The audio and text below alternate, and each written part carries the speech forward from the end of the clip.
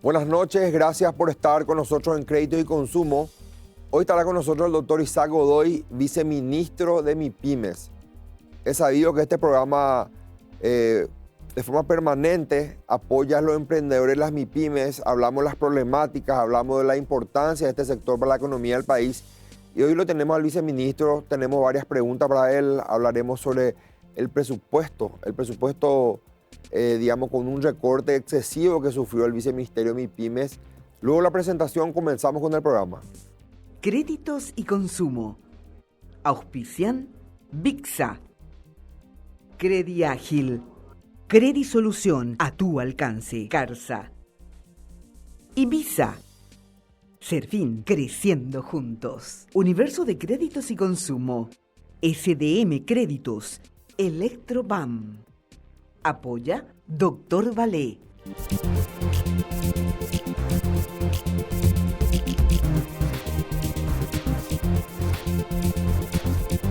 Estamos comenzando la entrevista con el viceministro de MIPYMES, Isaac Godoy.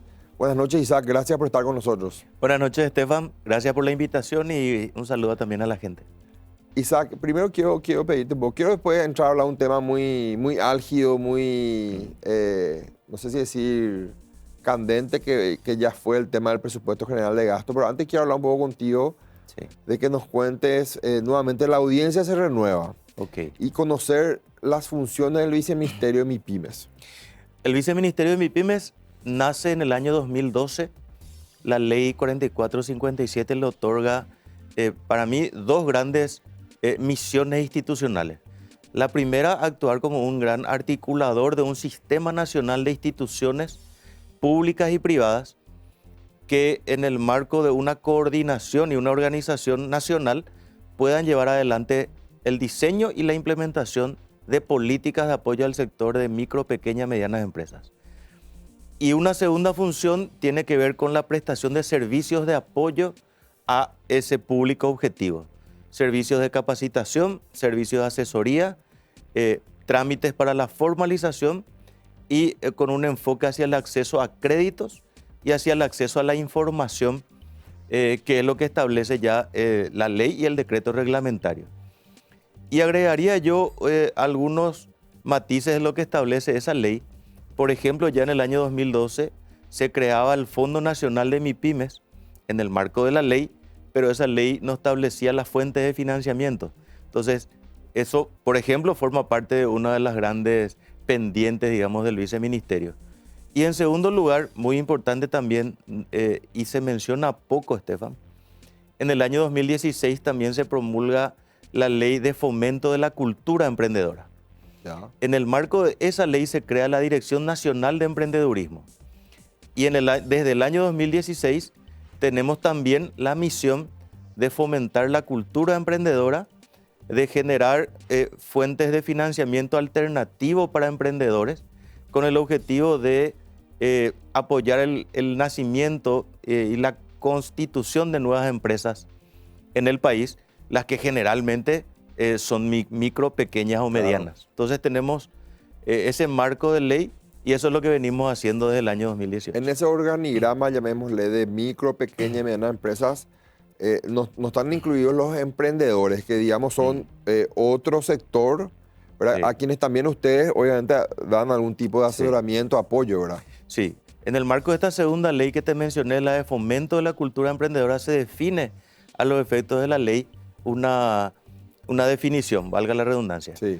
Emprendedor se califica a toda aquella persona que tiene una idea de negocios y piensa llevarla adelante, hasta aquellas personas que implementan su idea durante esos primeros 2 años de vida o de inicio de esa etapa, digamos, empresarial. Sí. Entonces, para nuestra ley emprendedor es aquel que tiene idea y la implementa hasta los primeros 2 años de vida. Para ese universo de personas desarrollamos políticas públicas específicas para ese. Y al culminar los 2 años, entiéndase, se convierte en un micro empresario.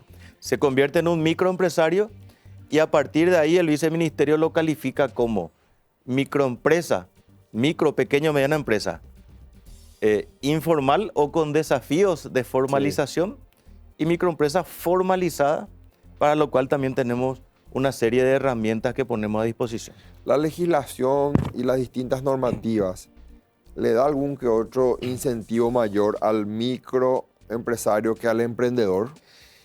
Bueno, a partir de que iniciamos el proceso de formalización, hay algunos incentivos que tienen que ver con, por ejemplo, desde el punto de vista tributario, los regímenes especiales de tributación, el resimple o el simple, Sí. que son regímenes más sencillos para poder estar, digamos, regularizados desde ese punto de vista. Y por otro lado, hemos desarrollado algunas herramientas dentro del Ejecutivo con marco de decretos o de resoluciones. Por ejemplo, MIPYMES formalizadas que cuentan con una cédula MIPYMES tienen aranceles reducidos o exonerados para diferentes trámites que necesite o que requiera avanzar. Por ejemplo, estábamos con el Viceministerio de Industria trabajando. Hoy las microempresas que quieren avanzar en su formalización y aprovechar alguno de los regímenes de incentivo al desarrollo industrial, hoy no pagan ningún tipo de arancel. Y ese es un ejemplo de cómo las empresas en su proceso de formalización o de crecimiento van teniendo algunos incentivos que básicamente se basan en reducir barreras para la formalización. ¿La ventanilla única te parece que sigue siendo una utopía en Paraguay? Te pregunto porque aquí estuvieron emprendedores y me decían, me dijo un emprendedor gastronómico, siempre cito el mismo ejemplo, ¿verdad? Sí. Me decía, 61 ítems tengo que cumplir en las distintas reparticiones. Un emprendedor que quería abrir un restaurante. Sí. 61 ítems, me dice, ¿verdad? Sí. Entonces me dice, ¿sigue siendo una utopía, Isaac, eso? Dependiendo de los rubros a los que uno se dedica, el proceso de formalización se hace más complejo. Ya. Justo tocaste el rubro alimentos. Sí. La industria de alimentos tiene mayor complejidad porque es un rubro que está regulado por la autoridad sanitaria. Claro, A partir de eso, hay un proceso de, digamos, creciente de exigencias. Ahora, sí es complejo hablar de una ventanilla única mientras mantengamos este exceso de legislación que, aunque parezca paradójico, lo que pasó en el Paraguay en los últimos años es que cada ley fue incorporando trámites a su marco, al marco legal que regula el sector. Entonces, cada vez que se crea una institución o se crea por decirlo así, se avanza en la normativa, se agrega trámite. Y no es tanto, Estefan, el trámite lo doloroso, sino que a veces es más doloroso el arancel. Sí, Es decir, el costo que conlleva el costo formalizarte. directo. Sí. El costo directo que se traduce en un arancel. Es decir, además de que a veces es complejo, también hay que pagar por un servicio que básicamente uno no lo percibe como un servicio eficaz o eficiente. Entonces, avanzamos en algo. EAS es un ejemplo de cómo avanzar en ese sentido. Con la cédula MIPYMES esperamos que los procesos se vayan abaratando, porque lo que esperamos es derribar aranceles progresivamente. Y por supuesto avanzar con el gobierno electrónico. El Ministerio de Tecnología, MITIC, está avanzando con la digitalización de más trámites, y en industria y comercio prácticamente más del 90% de los trámites ya son trámites digitales o digitalizados.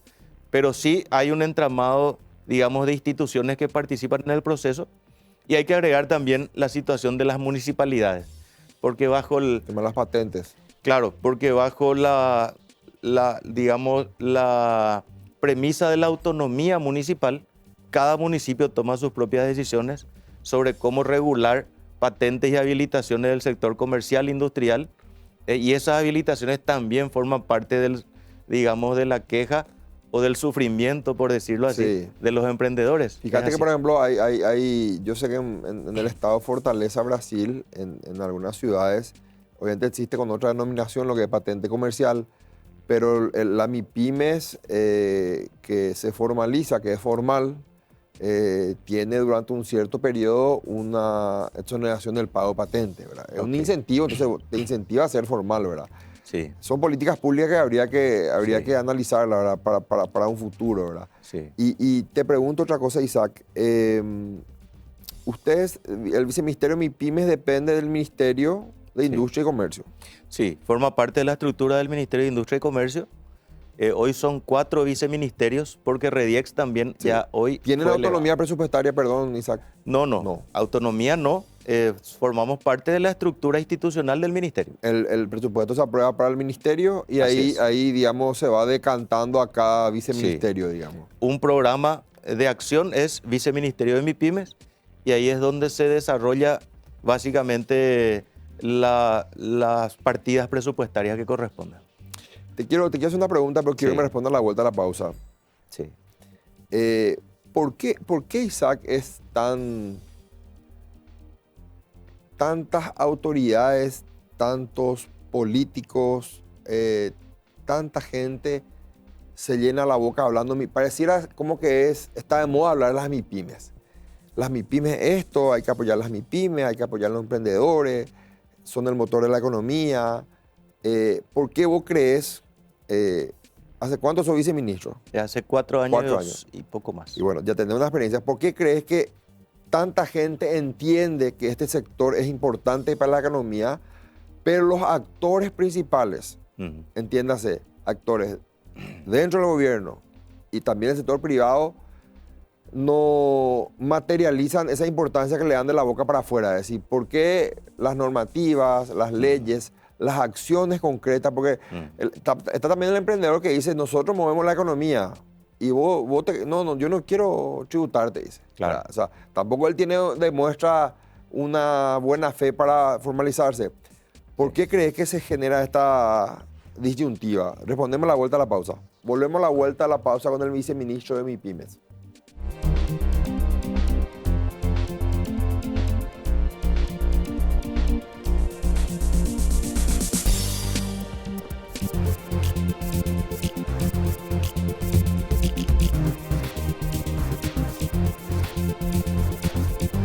Continuamos con el viceministro de MIPYMES. Isaac, te decía en el bloque pasado, Sí.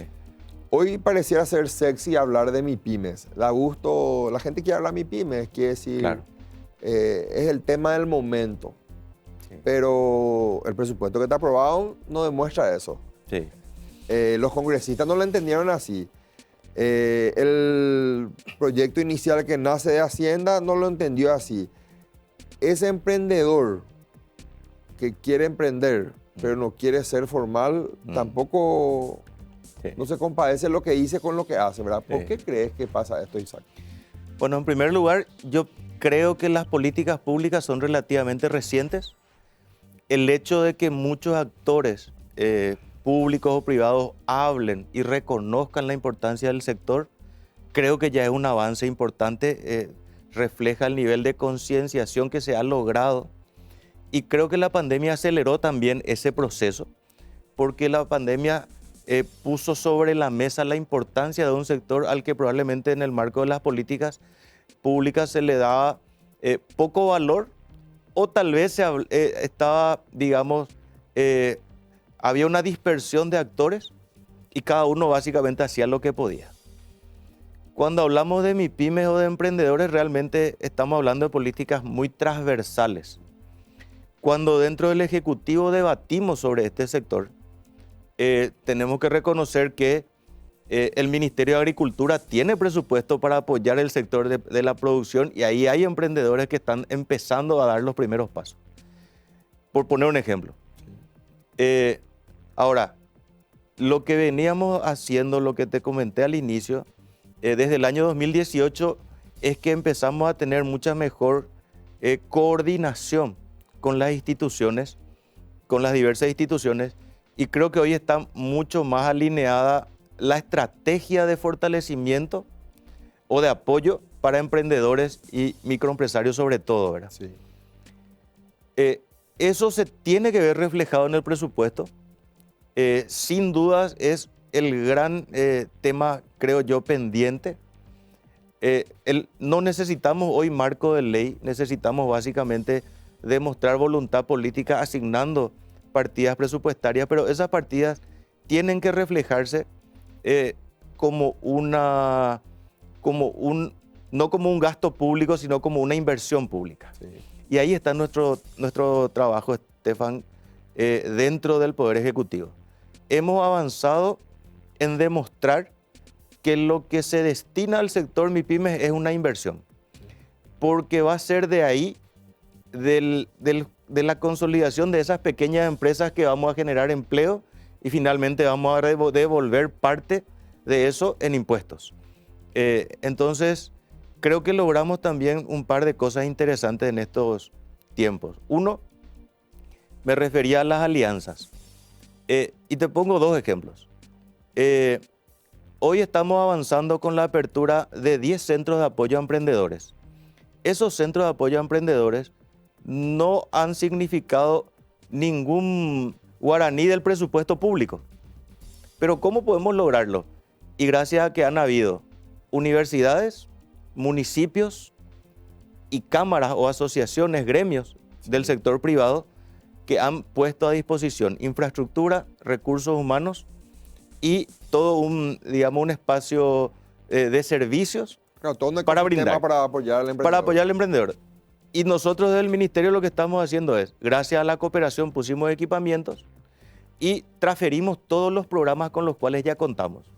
Tenemos plataformas de capacitación a distancia, asesores, capacitadores, programas, fondos no reembolsables, y todo eso hoy se canaliza a través de estos centros que representan una alianza a nivel local, en el ecosistema local, y también nos permite descentralizar, llegar más lejos de Asunción y responder con ese primer desafío que tiene que ver con el acceso a la información, que también se estaba hablando en los programas contigo.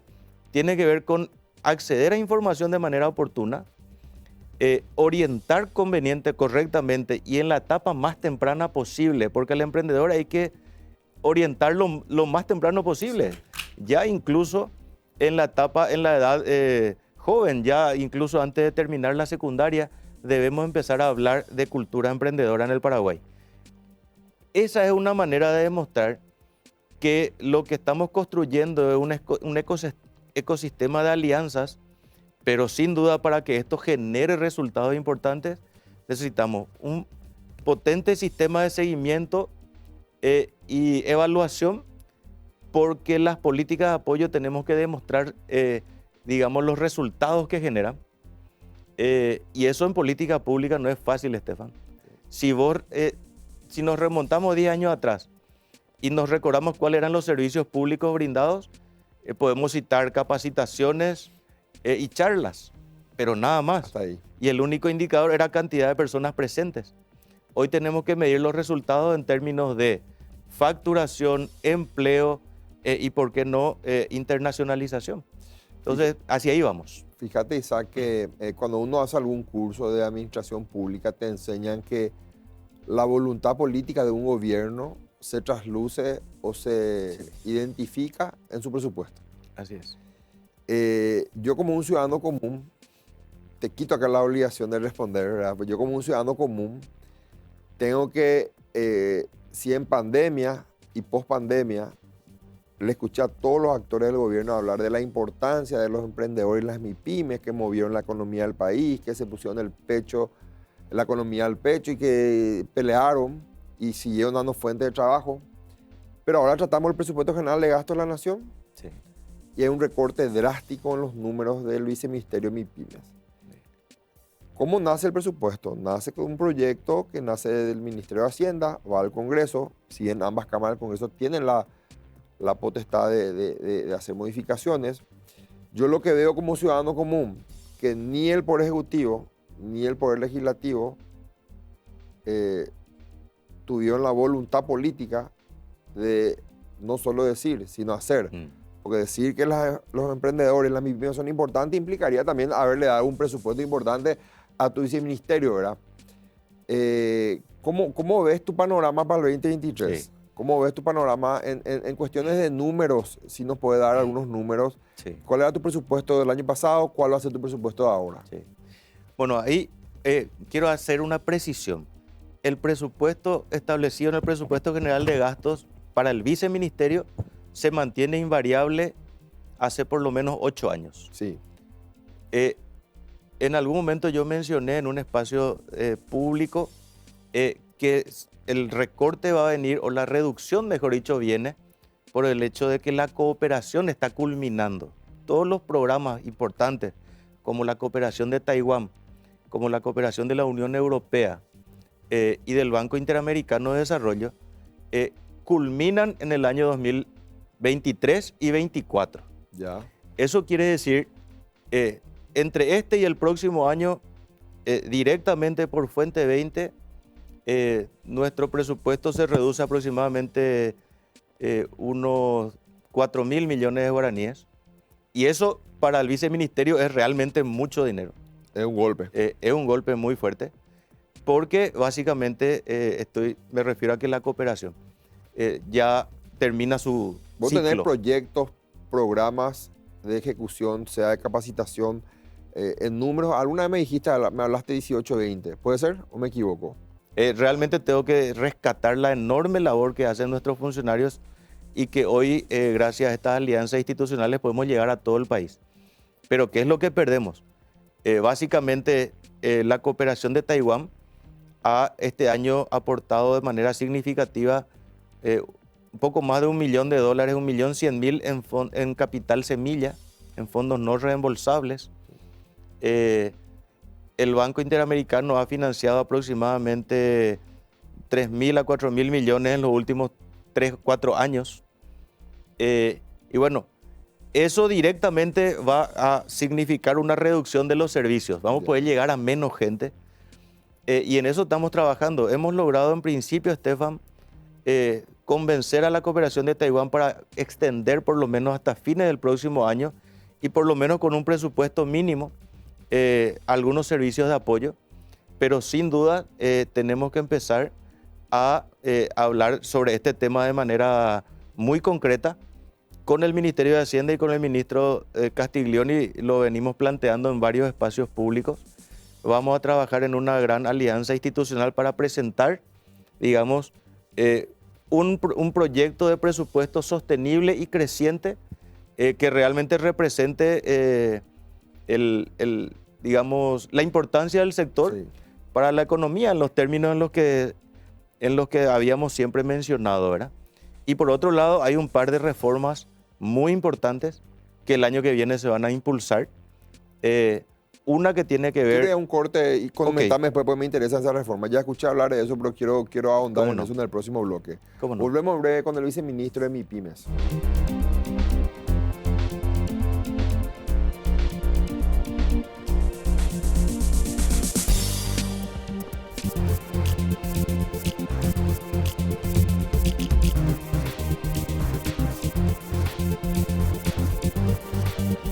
Continuamos con Isaac Godoy, viceministro de MIPYMES. Isaac, nos hablaste de algunas reformas que están trabajando para implementar en el 2023. Sí.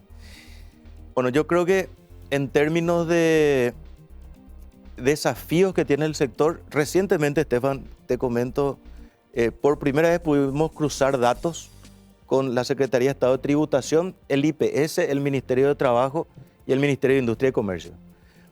Hoy tenemos datos nuevos, hemos identificado claramente al sector MIPYMES y con un corte al mes de agosto tenemos un número concreto de 272.000 MIPYMES que tributan con impuesto a la renta empresarial, que están activas y que las pudimos clasificar.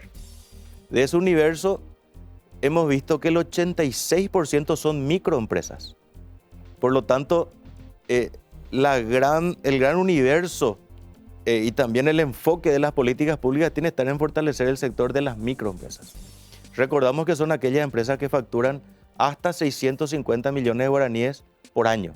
Un promedio de 50 por mes podríamos hablar como un buen promedio. ¿A partir de cuándo pasa a ser mediana empresa por año? A partir de mediana empresa, 3.350 millones aproximadamente, pasa a ser mediana. Y pequeña es...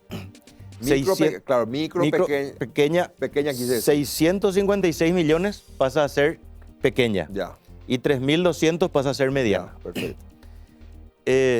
Y ahí también hemos identificado que en ese universo el 75% de estas empresas no están inscritas al IPS.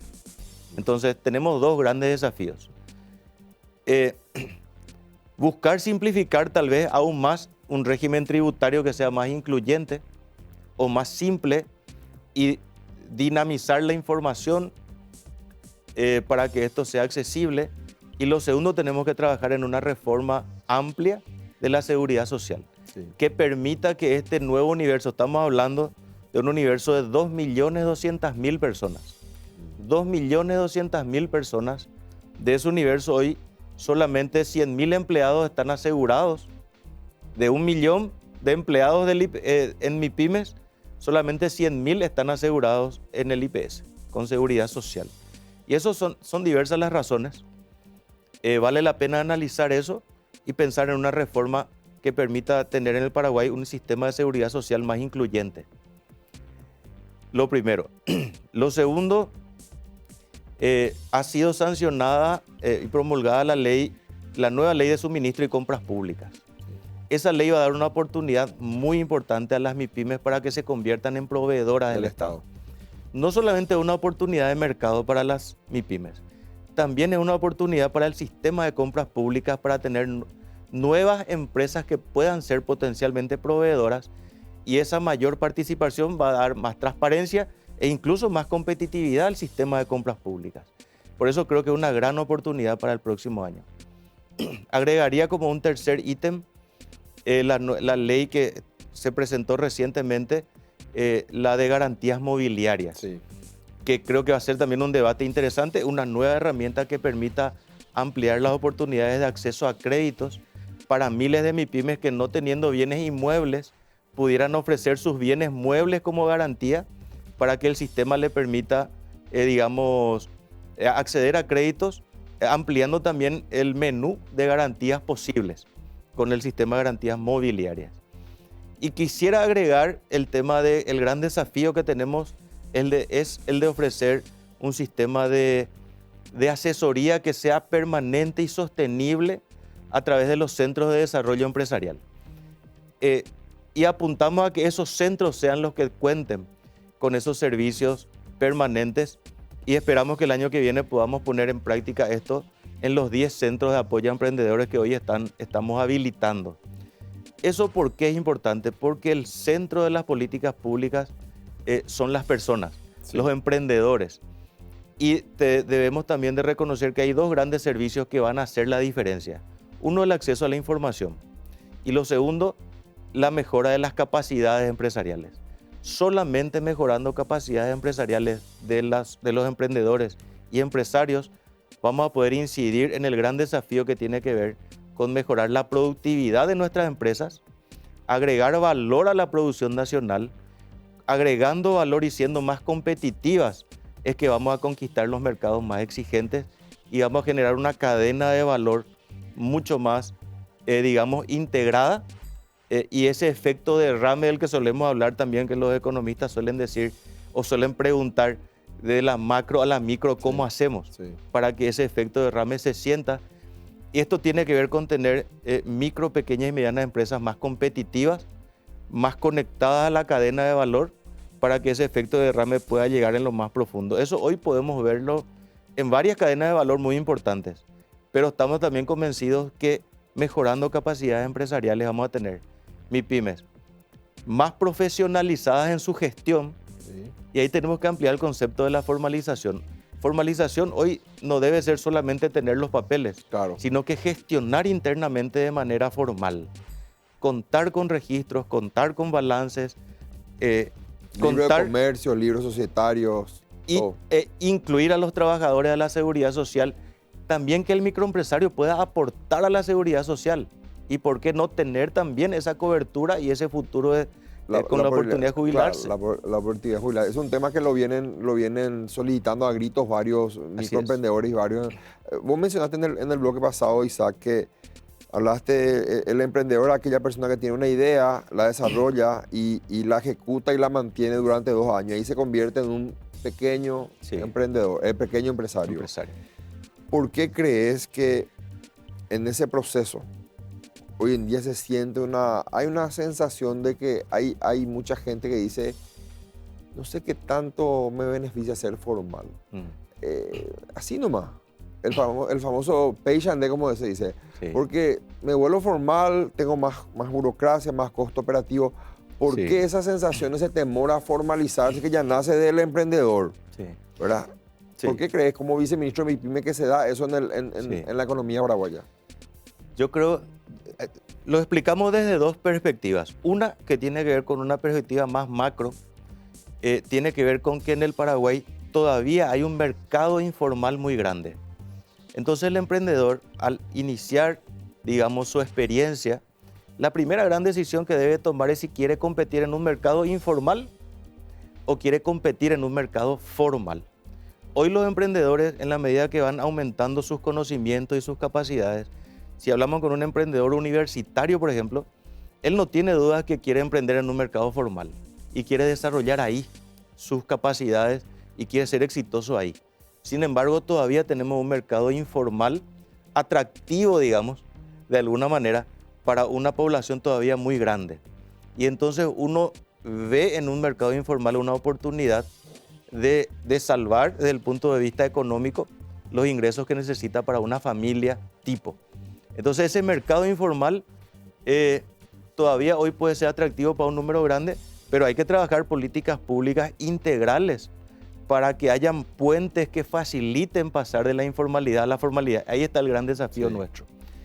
Lo segundo y el otro aspecto que creo que tiene que ver con lo que te decía hace un rato, muchas veces uno creo que ve muy difícil ese proceso por desconocimiento, por falta de capacitación o por falta de un entorno favorable para emprender. Y eso tiene que ver con lo que te estaba diciendo. Eso se resuelve con descentralización, con instituciones comprometidas, con gobiernos locales también empoderados con estos temas, y todo un ecosistema de instituciones y de sector privado, digamos, más compenetrado con estos temas de desarrollo del emprendedor. Y te pongo un ejemplo para decirlo. Hoy trabajamos muy bien con la Federación de Cooperativas de Producción, por ejemplo. Y la cadena de valor de la leche, de los granos, penetra profundamente en el Paraguay. Pero desde la segunda o tercera capa ya hay un alto nivel de informalidad. ¿Por qué si esa producción llega a ser exportada en el Paraguay, la formalización no llega hasta el último? Y bueno, hoy estamos trabajando en políticas para que eso se comprenda de manera más integral. Y repito, el foco de nuestra gestión tiene que ver con las personas. Tenemos que informar, orientar, capacitar y facilitar ese proceso enfocado en las personas y no en los trámites, ni en los montos, ni en los papeles. Y en ese sentido, ningún ministerio tiene todas las capacidades para tener impacto. Tenemos que trabajar en alianza con el sector privado, repito, y con los niveles también subnacionales de gobierno. Las gobernaciones de los municipios deben formar parte de este proceso. Finalmente estoy hablando de una cruzada que nos permita realmente impactar de manera efectiva en eso que decís, ese emprendedor que tiene que tomar la decisión en el día 1 de ser formal o competir o iniciar, digamos, en un modelo informal como un piloto, ¿verdad? Que es lo que suele pasar, empezar como un piloto y después ir avanzando con la formalización. Yo siempre le digo que tiene que iniciar por derecha, porque iniciar con alguna cuestión ilegal, informal, el que nace torcido, crece torcido, ¿verdad? Pero cuesta muy esto en la cabeza de la gente. Quiero agradecerte por la entrevista, Isaac, como siempre, interesante, todo lo que nos aporta, la información muy válida para el programa. Vos sabés que este programa toca permanentemente temas relativos a los emprendedores, a las MIPYMES. Y quiero, como uno de los últimos programas del año, felicitarte por tu gestión al frente del viceministerio. Y gracias. Te lo digo no solo porque estás acá como entrevistado, sino porque vos cumplís con algo que nosotros los ciudadanos pedimos. ¿Qué pide el ciudadano normal? ¿Qué le pide al servidor público? ¿Qué le pide al funcionario público? En primer lugar, que trabaje, ¿verdad? Porque una realidad en Paraguay, no todos los funcionarios públicos trabajan. En segundo lugar, le pedimos que trabaje hoy nos encontramos en muchas instituciones públicas, te vas y encontrás, Isaac, 40, 50 personas sentadas sin hacer nada, los famosos, no sé si llamarle planilleros, no sé si llamarle gente que está ahí colocada por alguna cuestión política, y vos con recursos limitados, porque sé que tenés, creo que no menos de 30 personas. Así es. Durante 4 años trabajaste, te moviste, cumpliste con el rol que te dieron y no superpoblaste tu... Probablemente lo necesitas, Isaac. Sí, pero totalmente. se remangaron ustedes con tus compañeros de trabajo, con tu Así gente es. dependiente y llevaron adelante un viceministerio Así y te tocó una pandemia. Sí. Tocó una pandemia y salieron airosos y yo te felicito por eso, ¿verdad? Se nota el trabajo de acá afuera, se nota tu trabajo, también hacerle llegar mi felicitación al ministro de Industria. Sí, gracias. Yo sé que también hay un esfuerzo ahí conjunto, Claro. pero yo quiero hacer hincapié en lo tuyo, ¿verdad? Creo Muchas que hiciste y haces lo que queremos los ciudadanos comunes. Funcionarios Gracias. públicos que trabajen, que no superpoblen su área. Sí.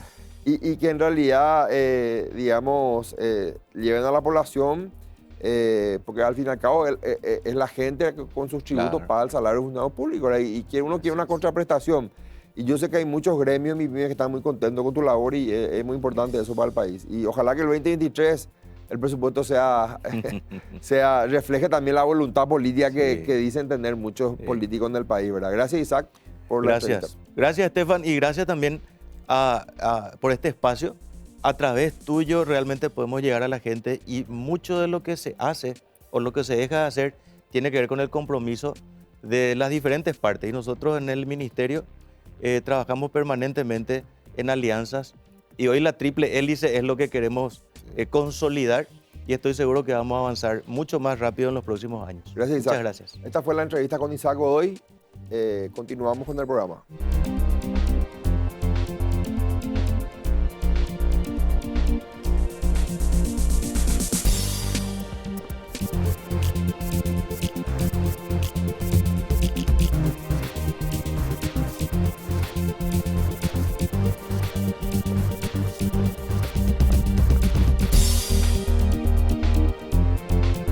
Durante la charla realizada por VIXA sobre la importancia de la información en la prevención del sobreendeudamiento, se llevó a cabo un panel debate para socializar los datos relevantes sobre la Ley de la Protección de Datos Personales Crediticios. La misma favorece la inclusión financiera de las personas y da apertura a mejores oportunidades crediticias. Dicha ley se encuentra en proceso de reglamentación, por ello Cristina Escriba, intendente de Estudios y Normas de la Superintendencia de Bancos, nos brindó detalles sobre los desafíos que implican su reglamentación y el proceso en el cual se encuentran.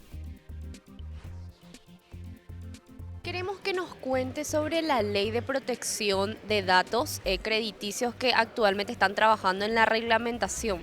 Exactamente. Como saben, la ley 6.534 ya tiene unos años, pero entra en vigencia justamente ahora en octubre. Y el Banco Central del Paraguay y la SEDECO son órganos de aplicación de esa ley.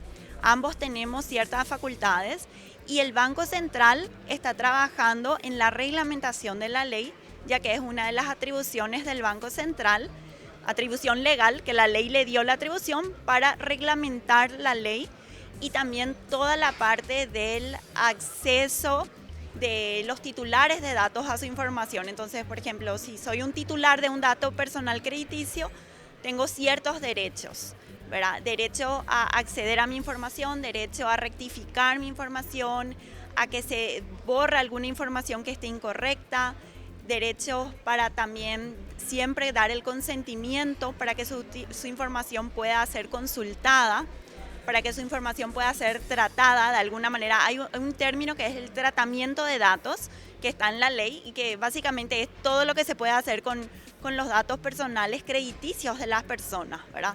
Otra cuestión importante es que también se regula por primera vez a las sociedades de información crediticia, que son los burós de información. Entonces, estas sociedades ya vienen funcionando en nuestro país y ahora con esta ley lo que se hizo es empezar a legislar y reglamentar la parte de apertura de estas entidades, o sea, autorización para operar, las licencias, las incompatibilidades, inhabilidades y también el capital mínimo. Entonces, una serie de cuestiones sobre estas sociedades. También las obligaciones que van a tener estas sociedades en relación al manejo de información, en relación a los derechos de los titulares de datos, la guarda de la documentación, que es muy importante, la guarda, la seguridad que tienen que tener para manejar esos datos, para que no haya un uso indebido, un acceso no permitido de los datos de las personas. También está la parte de los usuarios de información crediticia.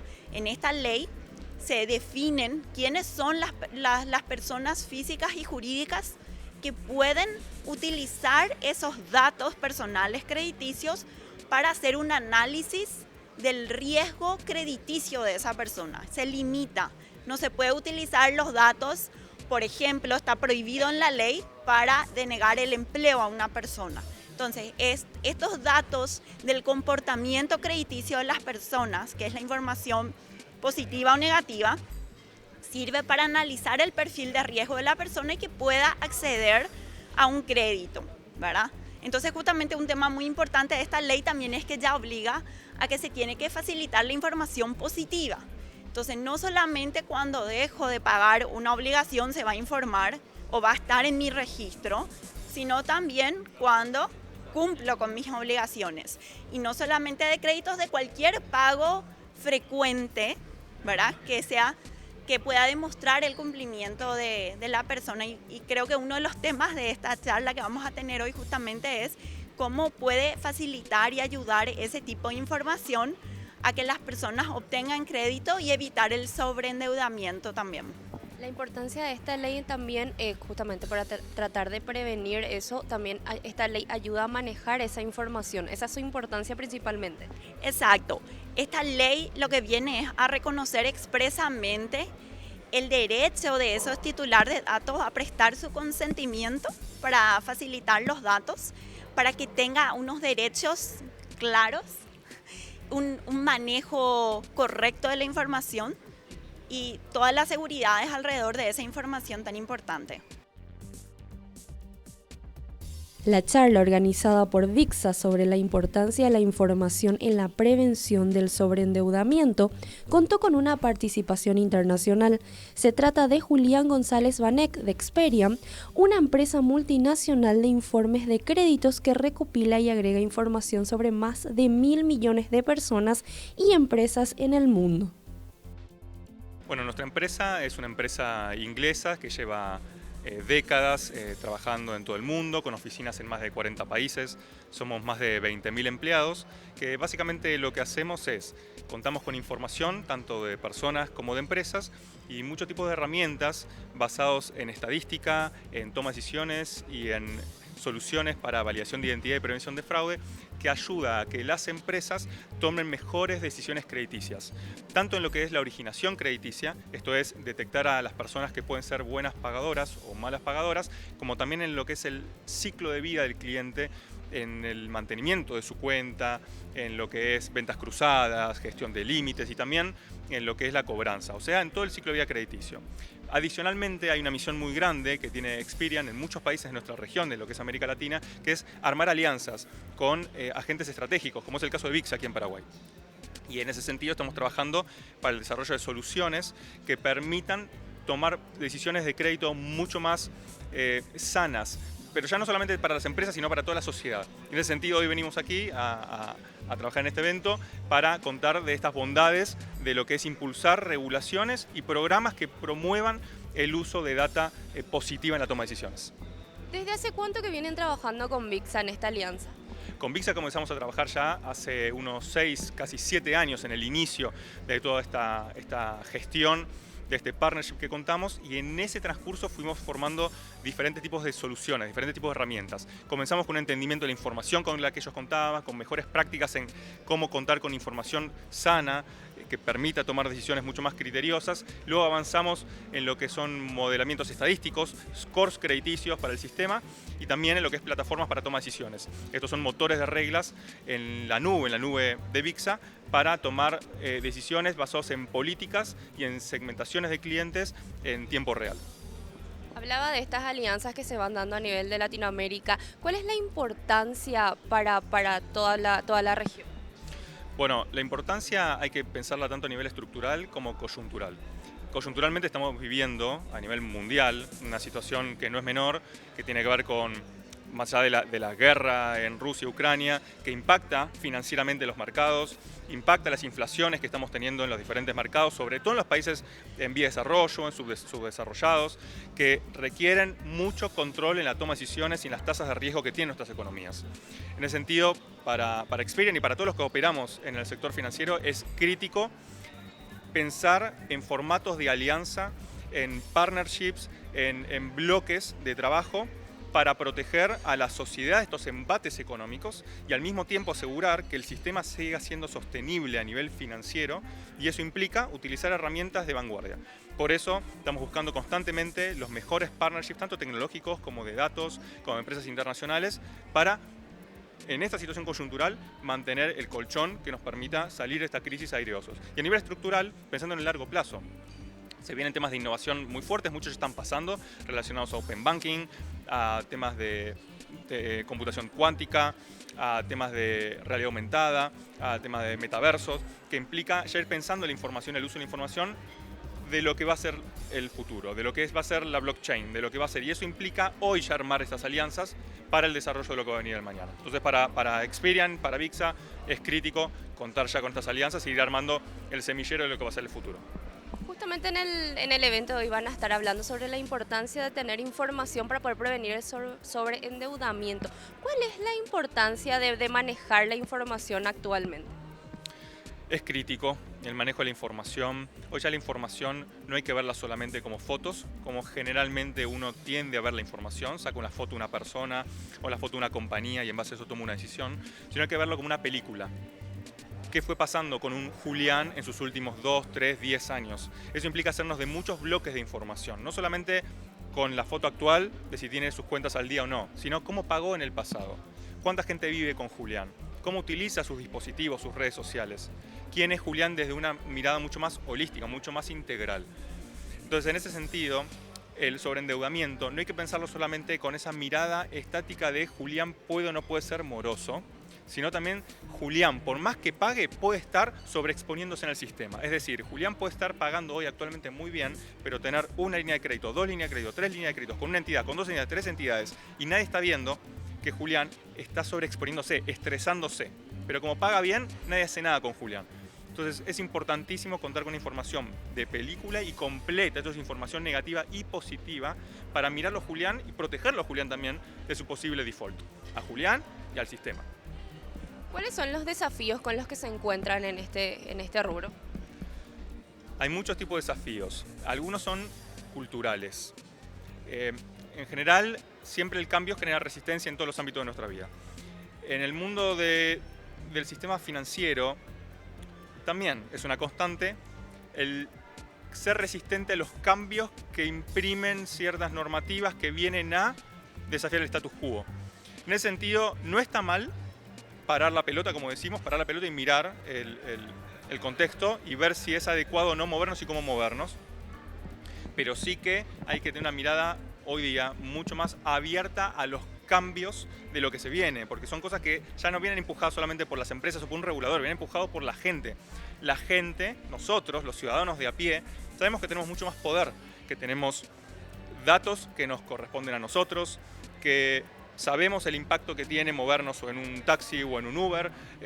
Todo ese tipo de decisiones vienen empujando a que el regulador y que las empresas tengan que adaptarse a esos cambios del ciudadano. Antes no era la inversa, la empresa dirigía más al ciudadano y mismo al regulador. Eso viene cambiando.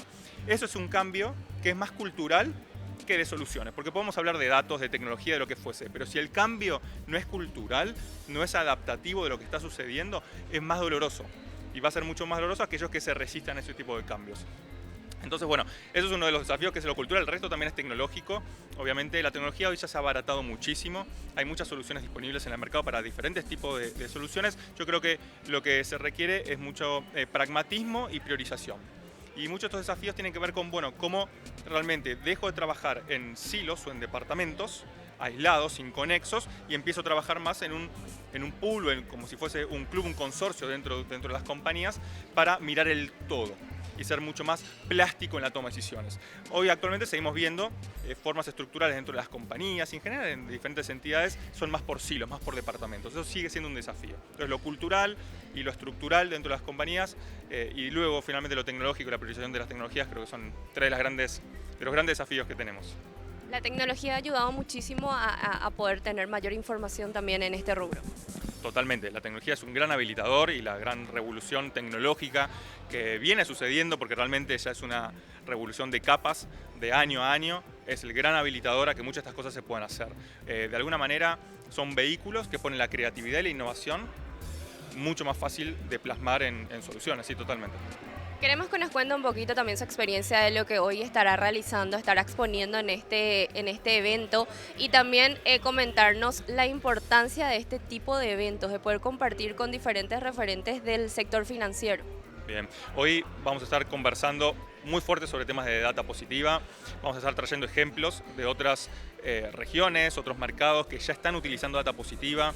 Vamos a tocar un caso que para nosotros es muy significativo, que es el caso Brasil, en el cual hemos trabajado en la creación de nuevos productos en base a data positiva, cómo ha ayudado esto a las personas, a los ciudadanos, cómo ha ayudado esto a las empresas.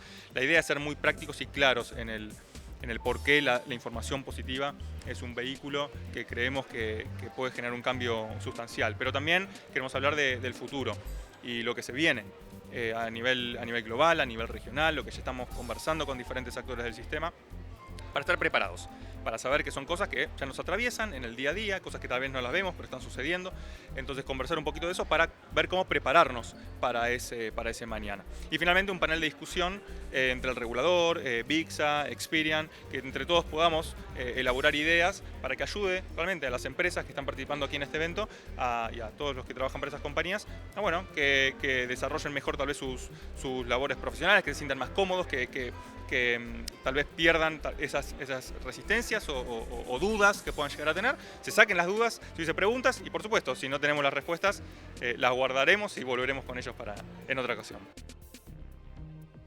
El objetivo de esta charla era socializar la importancia del manejo de información para poder prevenir el sobreendeudamiento, así como entender las implicancias de la Ley de Protección de Datos Personales Crediticios para el sector financiero.